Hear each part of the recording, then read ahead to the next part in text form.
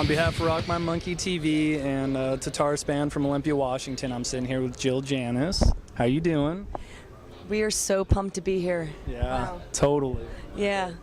So there's two female-fronted metal bands on this tour. Is that cool? Are you guys like starting a little sisterhood, or? Well, Butcher Babies and I are both from Los Angeles. Oh, all right. So I've known those girls for years, and it's so cool to see both of us here at the same time.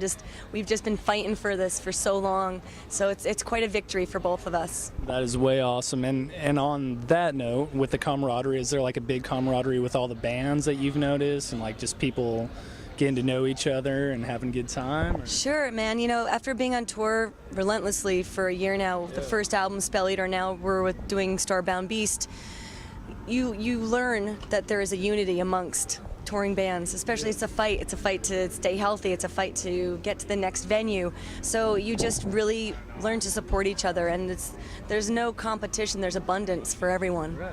Yeah. So speaking of Starbound Beast, it's produced by Chris Harris, who's done some Shadows Fall stuff and all that. What do you think he brought to the production as far as, like, you know, what maybe someone else couldn't do? You know, maybe someone who wasn't first on your list or something. When Huntress decided we wanted to release an album a year, I mean, that's a very ambitious feat, but we're really inspired. And the thing is, our manager, Jackie, she recommended Zeus, Chris Harris, because we knew we had to turn this out quick. And Zeus is known for being able to turn a metal album out fast, but without sacrificing the integrity of the band. So we all talked with them. We were very organized. We sent all pre-production songs to him. We wrote the album. Everything was done within a couple months. So we had all the album, all the songs, and we were able to work with each other over the phone and just get ready for that studio time. When we hit the studio, it was 3 weeks of non-stop just focus and making sure that we all shared the same vision. And that's what he did. He's an animal. Zeus, we love you. Without him, this album wouldn't have been possible, and it wouldn't have come out with such beauty and brutality. He really took it to the next level. And that just came out June 28th, am I correct? June 28th in Europe, and then yesterday, July 2nd, here in the States. That is way awesome. So everybody attending Mayhem this year, go get yourself a fucking copy of the Huntress album. Just came out yesterday. Yep. Right on. So tell me about how you've seen, because this is like one of your first rounds of big festival touring, right? So how does it compare to doing like the small club shows and the underground scene? You know, not so much underground, but compared to being out there playing to a big crowd every night. Yeah, man. Well, last year we actually had our first training course with Metal Fest, and we toured with Creator and Megadeth and Behemoth all last summer while we were supporting Spell Eater, and so that gave us our first taste of festival. Now this is a whole different bag, man. This is it's like a circus, and it moves night by night. So it's really been an awesome learning experience for us, and you know, we come from small venues. You know, this is where we were birthed, and this is where I really feel as our wheelhouse is with small crowds. And then we get thrown in front of a huge stage. We just recently did Sweden Rock. I mean, that was massive. So I think at this point, being such in our infant stages, we're still really learning how to work a large stage. And the wireless microphone now is needed. And I just got a sponsorship from Sennheiser. So I'm really pumped about that. But it's just really, you know, about creating a large set, and we have this killer backdrop now, and so eventually when we make more money, it will be even more, you know, explosive. I would love pyro eventually, but right now, you know, you have to really realize that it's cost so much money to be part of a festival, and especially with Mayhem, you know, it's just having a bus and insurance and things we never even considered. So we're so honored to be part of it, and they've been great, and you know, we're able to get paid on this tour, which is cool, and we're making some money in between, but all of this fuels us and keeps us going, and we're even doing some off dates with the Monomarth and Children of Bodom. I know, I'm losing my mind here. It's like I'm freaking out. I'm playing with all the rock stars that, you know, and the metal idols that I've just admired for so many years.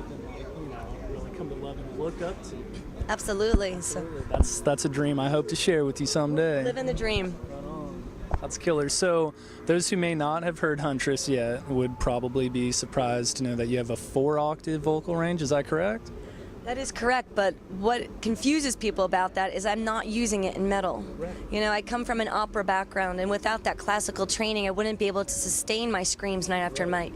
You know, so that's really been, it's been vital for me that I've had that training, because the antics I pull vocally and the multiple voices that I use, it's fun for me because I'm able to do that because I have such a large range. But there's no place for 4 octaves in metal, really. You know, it's just, I think that's been like something that a lot of people are really intrigued by, but for me it just means that I'm able to sustain my voice, and for me that's the most important, staying healthy and being able to deliver night after night. I mean, being a vocalist is very physical, and I think that will be good for the fans to hear, and maybe, you know, even new fans that'll be looking this up to know, like, you can't just go out there and try to scream. You're going to wreck your voice, you know, and to hear that you have that broad horizon of, you know, classical training to, I'm going to come up here and kick your ass every night, don't fuck with me. It's like, that's killer, you know. And, yeah. And I've been, you know, fortunate to have a great vocal coach, Melissa Cross. And anyone that talks to me after shows, like, do you have any advice for a metal singer and having to, you know, go from clean voice into screaming? It's Melissa Cross. She has a DVD called The Zen of Screaming. And before I even met her, my guitarist handed this to me, and I was like, all right, I'll watch it. And it blew my mind, and she really was able to help me understand, you know, it's very physical, and I always know that it comes from the breath and the breathing, but she goes so much further for any metal singer, especially for females that want to try to achieve what I'm doing, you know. So yeah, she's awesome. Yeah, it is killer. Me and my buddies have all watched that DVD because we're like, dude, let's see who can out brutal each other, you know. Yeah. So yeah, I've actually had vocal lessons with her in New York when we've been on tour, and she's such a cute, cool little lady. I love her. Yeah, the voice that comes out of her, it's like, geez, you know, wow, pretty incredible. So, Lemmy, the almighty Lemmy, yeah, wrote you a song on this album. He did. Pretty awesome. Yeah. All right, well, Lemmy and I have been friends for a few years. He's one of my dear friends, and I love him to death. And he wrote me a song called I Want to Fuck You to Death. Basically, I asked him if he would write a song for the next Huntress album. He said, sure. A couple weeks later, I went to see him recording the new Motorhead album in LA. And he handed me 2 pieces of notebook paper with the lyrics to I Want to Fuck You to Death. And I've said this over and over, but gosh, it was the most romantic thing a boy has ever done for me. So romantic. You're the man, Lemmy. Yeah. Jeez. All right, so I don't know if this is true, but I've kind of heard some rumors about maybe a DVD in the works, live DVD. Well, what we're doing now is we're on the verge of releasing our first album from Starbound, our first video from our new album, and it's called Zenith. And what we're doing is we're doing some special behind-the-scenes footage from that video, the making of Zenith. And if you love Eight of Swords, and that's very CGI heavy and very magical, Zenith is going to blow your minds. Pack your bongs, get ready, it's going to blow your mind. It's directed by Phil Mucci, who's an award-winning video director. He's done High on Fire, Fertile Green, Pig Destroyer. He's awesome. So he really is such a visionary, and I was wearing little monster contacts and these huge horns that were sculpted for me, and he's done, you know, the boys in the band are all turned into like galaxies. It's insane. He really did bring to life the song, and it's amazing. So that's where the DVD's coming in. We're going to be doing some footage from that, and eventually down the line I'd love to put out a Huntress Live DVD, but at this point it's so hard to just kind of keep up with everything and get the funding to get a video camera. And like every day when we're like, yeah, we'll do some social media, it's like something occurs, something breaks, and then you're like moving on to the next thing. So I think right now we're just trying to get our groove worked out on tour, and I think all these things will come, and we're just so happy to have such supportive fans that want to see this. Absolutely. That's way awesome. So out of your success so far, what has been, like, I guess the pinnacle of success for you? I mean, not just like, I mean, I'd say money, but it's metal. So right, yeah, sorry. What's been the pinnacle of success in this, like, in your career so far? Like, what's been the fucking coolest, most surreal, like, holy shit, that just happened moment? And I wouldn't really even relate it to something that, you know, boosted Huntress. I mean, we've had so many great opportunities. I mean, endless thank yous to everyone who's had faith in us and put us on Mayhem or Sweden Rock Festival or Download Festival, and it started so early, even touring with Dragon Force. They took us on, and like that, they just taught us so much, and really we toured with them all last year in the US and in Europe.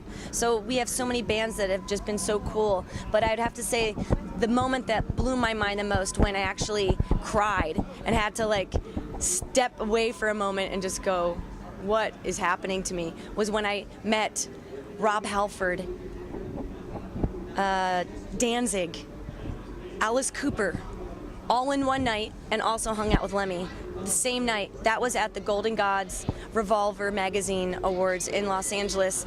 That night, when I met every one of those people who honestly have just inspired me to be what I am now. I spoke to Rob Halford in the dressing room, in Five Finger Death Punch dressing room. I saw him coming, and I was wearing this crazy gold outfit, and because I modeled it after, I love dressing like a superhero. So I was dressed like Princess Aura from Flash Gordon, in this crazy gold getup. I saw him coming, so I just posed. I waited, and I said, "Hi, Rob. I'm Jill of Huntress." He's like, "Oh, hello." We sat down, we talked about vocal technique, mic technique, and we talked about boys. And then I was able to meet Danzig as well, and Alice Cooper, and of course hang out with Lem again. But that night was the best night of my life.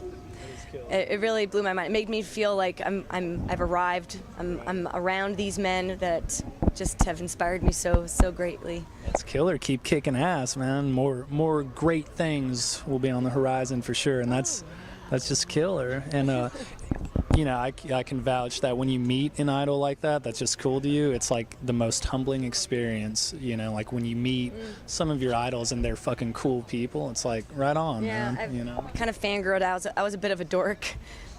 I was a little bit of a dork, but you know, it's just, you just try to keep graceful, and I feel, I mean, even Mayhem Fest, I'm bumping into like Rob Zombie every day, and I was kind of bummed Behemoth couldn't be here because I got to hang out with them last year, and I love Behemoth. You know, so it's just, it teaches you too, with our bus breaking down a couple days into this, which now our bus is being repaired. It's like a little like reminder from the universe, you know? You think you're cool, putting out an album a year, Huntress, and well, just remember, the work never ends. And yeah, and you know, we are very humble, and we understand that the path is long, and it's, you know, it's always going to be a bit of a fight, and that's all right. We're in it for the long haul. That's awesome. Keep killing it. So, on Mayhem, any bands in particular that you're just fucking super stoked to see, or have yet to see, or have seen already? It's really rough to catch bands because our day is so busy. I can't ever go and just watch a band. That's just not possible. I mean, we're blocked out with, you know, press and you know, just being at a signing or merch. And I'm also hosting the Jägermeister Shredmeister contest every day on the main stage. So I haven't really even had a chance to watch anyone yet. Shredmeister contest. Yes. What's that about? I'm not familiar. The Jägermeister, you're not getting it here in Washington because of your booze laws, of course. But every day on Mayhem Fest, anyone can go and basically get up on stage. We'll give you about 30 seconds to a minute to shred. And whoever wins that gets a free Jägermeister Schecter guitar. Washington, letting me down. I mean, you guys got weed here. Right. But you can't really have a beer. Can't even have a beer on stage. That's illegal. I think that it's working its way. I know the laws are old and they have their claws in them, but eventually they'll lift. But yeah, you know, I'm fascinated with large stage productions. I love what Rob Zombie is doing with his. So it's really inspiring to see artists like, you know, like I also mentioned Alice Cooper. I love theatrics. I can't wait to the time when we're able to fund more theatrics, more costumes. So anyone on the tour that puts an effort in that way, I really, yeah, I'm into it. That's killer. Yeah, it's like I come from the old school where it's like no smoke and mirrors, just fucking plug in and go for it. Pantera, you know, they're like one of my top five. Yeah, so. I love it that way too, man. And when we play smaller venues, it's great just to be raw and upfront and keep it real. Eventually, someday when you're playing bigger stages, you want to make it a spectacle. Absolutely, get people's attention. So, I'll wrap it up with this. if I came into this interview and I didn't know a thing about you guys, didn't have a question for you, and handed you the mic and just said, you know, throw it down, what do they need to know? What do they need to know? Huntress stays true to the roots of heavy metal. We will always stay true to the roots of heavy metal. We're a modern metal band, but we have a lot of Nawabum influence. You know, we love Judas Priest, King Diamond, Danzig, Merciful Fate. You know, we will always bow down to the gods of heavy metal, true heavy metal, the old school. So if you like old school metal, you'll like us, you know. But at the same time, I have some exciting news. I just mentioned Danzig. Huntress is going on tour with Danzig. Oh, when does this start? Right after Mayhem Fest. Oh shit. Is there a Washington date? You know, I don't know. I just found out. It's that to me. I'm taking a time machine back to my 13-year-old self, and I'm gonna freak out with my 13-year-old self, and then I'll be back, and then I'm gonna freak out again. So yeah, I mean, it blew my mind, and all of us, all the boys in the band, I mean, we grew up listening to Misfits. That was all of us, that was our first band, and then it progressed into metal from there on, you know. But it's all about the underground and punk. Oh, I mean, that shit resurfaces. And you know, what it's about. He still has that sensibility to take a band like Huntress, who's such a newcomer, and to put us on tour with him. We are so honored to see that he's interested in Huntress. And I mean, the night that I met Danzig at the Golden Gods, I literally got on one knee and kissed his hand, because I thought, as a teenage girl listening to Danzig over and over again, obsessing over him, I said, if I ever get to meet him, I will kneel before him and kiss his hand. And I did. You know, maybe it got me the tour, maybe it didn't. Stay true to it, man. That's awesome. So all I gotta say is we are so grateful. Right on. That is killer. Check them out, Huntress Mayhem 2013, and then doing a tour with Danzig soon after. So watch out for dates. Check that out, and be sure to pick up their new CD, Starbound Beast. Just came out yesterday. Get that. Unless you're European, then go buy it all last week. Napalm Records. Napalm Records. Right on, man. Check it. Peace.